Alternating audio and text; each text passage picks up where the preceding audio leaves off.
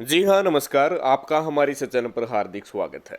उत्तर प्रदेश विधानसभा चुनाव 2022 में किस प्रकार मायावती अपनी सरकार बनाएगी, कितनी सीटें जीत दर्ज कर सकती है, क्या कहता है मायावती का सियासी समीकरण, कौन सी रणनीति के आधार पर उत्तर प्रदेश में बसपा सरकार बनाएगी, आपको समस्त सियासी विश्लेषण इस वीडियो के माध्यम से बताएंगे। कृपया ध्यान से इस वीडियो को शुरू से अंत तक देखिएगा। अगर आपने हमारे इस चैनल को सब्सक्राइब नहीं किया तो अभी कर लें, क्योंकि सबसे पहले और सबसे सटीक जानकारी आपको इस चैनल पर दी जाती है। कमेंट करके जरूर बताइएगा कि अब की बार उत्तर प्रदेश में किस पार्टी की सरकार बनेगी। आपका कमेंट बहुत ही महत्वपूर्ण है, क्योंकि कमेंट को हम सर्वे के आधार पर पिक कर रहे हैं। तो ज़्यादा से ज़्यादा अपनी फेवरेट पार्टी का नाम कमेंट बॉक्स में डालिएगा। हम प्रत्येक पार्टी के सियासी गणित को इस चैनल पर आपके सामने प्रदर्शित कर रहे हैं, तो आप हमारे साथ बने रहिएगा। समस्त पार्टियों का विश्लेषण हम इस चैनल पर बताएंगे। सबसे पहले हम बता दें पार्टी की जो रणनीति है कि दलित और अनुसूचित जाति परंपरागत वोटर है। जो दलित और अनुसूचित जाति का जो वोट बैंक है वो बसपा का लगातार मिलता हुआ नजर आ रहा है। मिले यानी जो इनका घर का वोट है दलित और अनुसूचित जाति है। पार्टी जाटो अनुसूचित जाति पर एक तरफा हाथ साफ करती है, यानी जाटो अनुसूचित जाति है उसका वोट बैंक एक तरफा जो है बसपा पार्टी को मिलता है। इसके अलावा गैर जाटो दलित वोट बैंक के लगभग 4% हिस्से पर पार्टी की पकड़ है। अति पिछड़ा वर्ग में भी पार्टी की संतोषजनक पकड़ है। अति पिछड़ा वर्ग यानी ओबीसी वोट बैंक पर भी अच्छा खासा प्रभाव मायावती का है। वहीं निर्णायक मुस्लिम मतदाताओं के वोट के 40% हिस्से पर बसपा की पेठ है। यानी आपको बता दें कि जब भी कोई इलेक्शन होता है तो मायावती प्रत्येक वर्ग का पूरे तरीके से ख्याल रखती है। पिछले चुनाव में भी 100 से ज़्यादा सीटों पर मुस्लिम उम्मीदवारों को उतारा, जिससे मुस्लिम आबादी मायावती की तरफ जो है खुशी व्यक्त करने लगे, क्योंकि सबसे ज़्यादा टिकट मायावती ने ही मुसलमानों को दी थी। उधर अति पिछड़ा वर्ग यानी ओबीसी वर्ग को भी ज़्यादा से ज़्यादा टिकट दी गई। यानी एक लाइनअप बना रखा है जिससे चुनाव में उनको भरपूर फायदा हो और समस्त वर्ग को वे खुश भी रखते हैं, जिससे चुनाव में मायावती को पूरा फायदा होता है। हालांकि इस वक्त जो दूसरी पार्टी है वो मायावती को सबसे कमज़ोर मान रही है। आपको बता दें कि मायावती एक ऐसी नेता है जो कमज़ोर दिखती है लेकिन अच्छा कमबैक करती है और सरकार भी बनाती है। पहले भी ऐसा हो चुका है कि मायावती को कमज़ोर आंक रहे थे, लेकिन बहुत ज़्यादा अच्छी सीटें मायावती ने जीत कर दिखाई।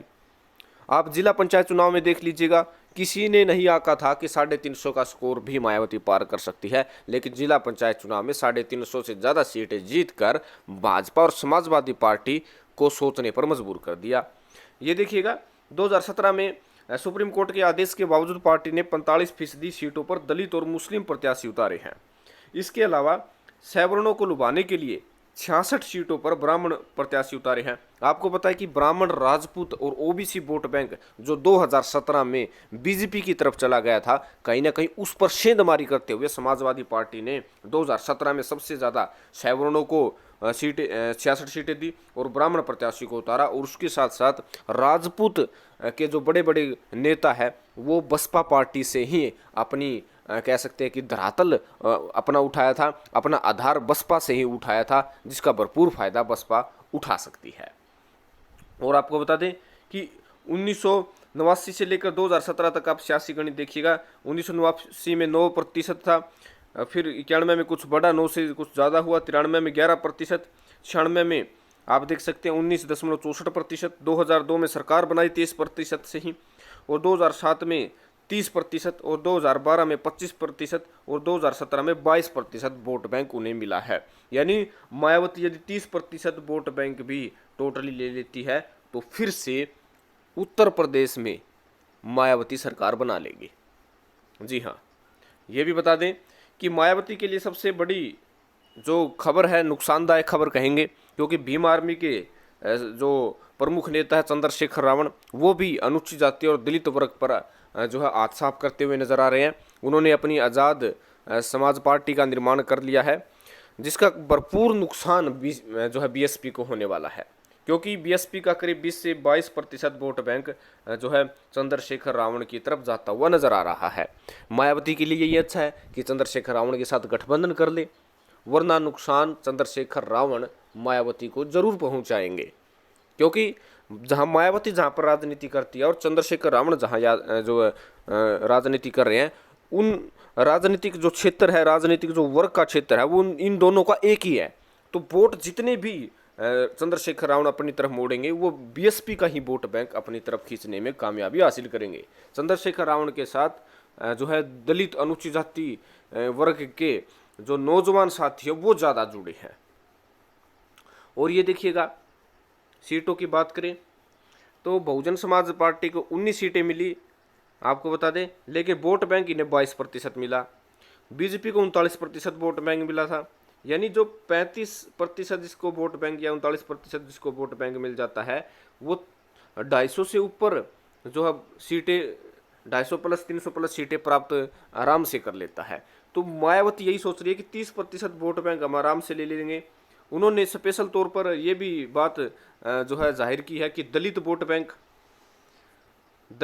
जो हमेशा से उनके साथ रहा है, और इसके साथ साथ जो मुस्लिम वोट बैंक है 40% हमेशा ही आता है, और जो ब्राह्मणों का वोट बैंक है, पिछले कुछ सालों में ब्राह्मणवाद बीजेपी में फैला, जिसके कारण बड़ा नुकसान जो बीजेपी को 10 से 15% का ब्राह्मणों से हो सकता है। तो ब्राह्मण वोट बैंक और ओबीसी का कुछ हिस्सा भी जो है मायावती के साथ है। और इसके साथ साथ अन्य तमाम जो सियासी गणित है, उसके आधार पर 30% का वोट प्राप्त करने का मायावती ने एक प्लान बनाया है, रणनीति बनाई है, और उसी के आधार पर जो है उत्तर प्रदेश विधानसभा चुनाव 2022 में जो है मायावती इस चुनाव में कूदने वाली है। तो मायावती का टारगेट फिक्स है कि 30% से ऊपर वोट बैंक लेना और उत्तर प्रदेश में सरकार बनाना। हालांकि बताया जा रहा है कि मायावती के साथ बिहार में, बसपा के साथ बिहार में जो ओवैसी का गठबंधन था, और यहाँ पर भी ओवैसी का गठबंधन होता है या नहीं होता, ये देखने वाली बात होगी। ओवैसी के साथ गठबंधन होता है तो मुस्लिम बहुल क्षेत्रों में मायावती और मजबूत हो जाएगी और अच्छा बल मायावती को मिलेगा। हालांकि मायावती ने साफ तौर पर कह दिया कि किसी के साथ कोई गठबंधन अब वो करने वाली नहीं है, गठबंधन के कारण उन्हें नुकसान हुआ है। लेकिन बड़ी पार्टी नहीं, छोटी पार्टियों के साथ मायावती यदि गठबंधन करती है तो उन्हें कोई नुकसान होने वाला नहीं है। तो ये वोट प्रतिशत देखिएगा किस जाति में किसका ज़्यादा प्रभाव है। ये देखिएगा, बसपा की बात करें तो जाट और गैर जाटों में देखिएगा बसपा पार्टी सबसे आगे है। सीट भी 96% और 12% है। यानी दलित की 93 सीटों पर, टोटल 93 से ज़्यादा सीट है वैसे, जहाँ पर दलित वर्ग है, दलित वर्ग की संख्या सबसे ज़्यादा 93 नहीं 120 सीटें हैं। 120 सीटों में से यदि जो बसपा पार्टी वो 80 सीटें भी ले लेती है तो बड़ी कामयाबी जो है मायावती को हो सकती है। हालांकि 85 सीटों को आरक्षित किया गया है, लेकिन 85 के साथ साथ जो करीब 35 सीट अन्य है जिस पर दलित वर्ग का अच्छा खासा प्रभाव है, तो 120 में से 80 सीटें ले लेती है तो कहीं ना कहीं सरकार फिक्स है। मुसलमानों का भी अच्छा खासा वोट बैंक मिलेगा, तो यानी गोटी फिट अच्छी बसपा ने कर रखी है। दलित वर्ग तो उनके साथ है ही, मुस्लिम वर्ग के साथ साथ सवर्ण वर्ग पर भी अच्छा खासा प्रभाव जो है बसपा का रहा है। और उसके साथ साथ लोधी कुर्मी और कह सकते हैं कि जो अन्य जो पिछड़ी जाति है उन पर भी विशेष तौर पर फोकस किए हुए हैं। ब्राह्मण वोट बैंक पर सेंधमारी करने की आशंका पूर्णतः जताई गई है। तो कहीं ना कहीं मायावती अब की बार अपने पूरे लय में है, एक नए जो राजनीतिक गणित के आधार पर, और जो 2017 में जो गलतियां की थी मायावती ने उसको दोहराती हुई नजर नहीं आ रही है। और फिक्स है उनका मामला कि 30% वोट हम लेंगे ही लेंगे और पुनः उत्तर प्रदेश में सरकार बनाएंगे। मायावती कमज़ोर नहीं है, बल्कि कमज़ोर दिखाया जा रहा है। तो यही एक मुद्दा है और यही एक रणनीति है कि ज़्यादा से ज़्यादा जो वर्ग के आधार पर सीटें देकर ज़्यादा से ज़्यादा लोगों को अपनी तरफ खींचना और अपनी तरफ वोट बैंक को जो है प्राप्त करना। ये देखिएगा, पहले दलित उम्मीदवार 87 उतारे थे, मुस्लिम उम्मीदवार 97, ओबीसी उम्मीदवार 106, सवर्ण उम्मीदवार 113, ब्राह्मण प्रत्याशी 66, अक्षत्रिय प्रत्याशी 36, वैश्य और सिख प्रत्याशी 11। यानी मायावती ने जो रणनीति हमेशा बनाती है वो विपक्षी पार्टी सोचने पर मजबूर हो जाती है। उनका टिकट बांटने का तरीका अलग है, लोगों के साथ जुड़ाव करने का तरीका अलग है। दलित और कमेरा वर्ग का साथ उन्होंने जो संबंध स्थापित किए हैं वो युगों युगों तक चलने वाले हैं, जिसका पूरा फायदा वो आने वाले किसी भी चुनाव में जो है मायावती जो है फायदा उठाती हुई नजर आ रही है। मायावती हमेशा से ही यही कहती है कि हम जो दलित वर्ग के उत्थान के लिए भीमराव अंबेडकर व काशीराम को लेकर वो ज़्यादा बातें करती है और उसका पूरा फायदा दलित वर्ग जो है उन्हें वोट देकर जो है जो उनका साथ देती है।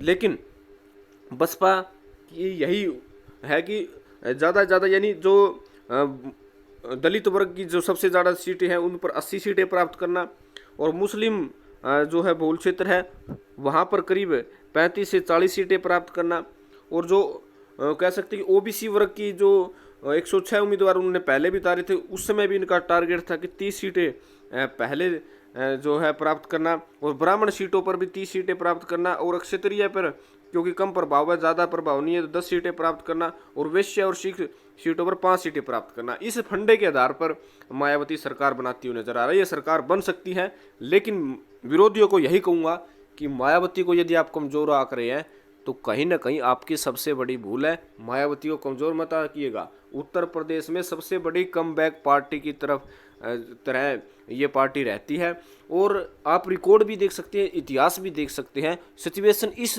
तरह भी 2022 में आ सकती है कि मायावती के बगैर न तो भाजपा की सरकार बनेगी, न समाजवादी पार्टी की, न किसी अन्य की। यानी मायावती तुर्क का इक्का साबित होने वाली है उत्तर प्रदेश के विधानसभा चुनाव में। इस विषय में आपका क्या कहना है? आप अपनी प्रतिक्रिया कमेंट बॉक्स में ज़्यादा से ज़्यादा डालिएगा। हम प्रत्येक पार्टी का सियासी विश्लेषण बता रहे हैं, किस पार्टी को किस तरह सत्ता प्राप्त हो सकती है। तो आप हमारे साथ बने रहिएगा। कमेंट बॉक्स में ज़रूर राय दीजिएगा 2022 में अब की बार किस पार्टी की जीत होगी, कौन बनेगा अब की बार मुख्यमंत्री। आपका कमेंट बहुत ही महत्वपूर्ण है, साफ साफ शब्दों में कमेंट करें। धन्यवाद।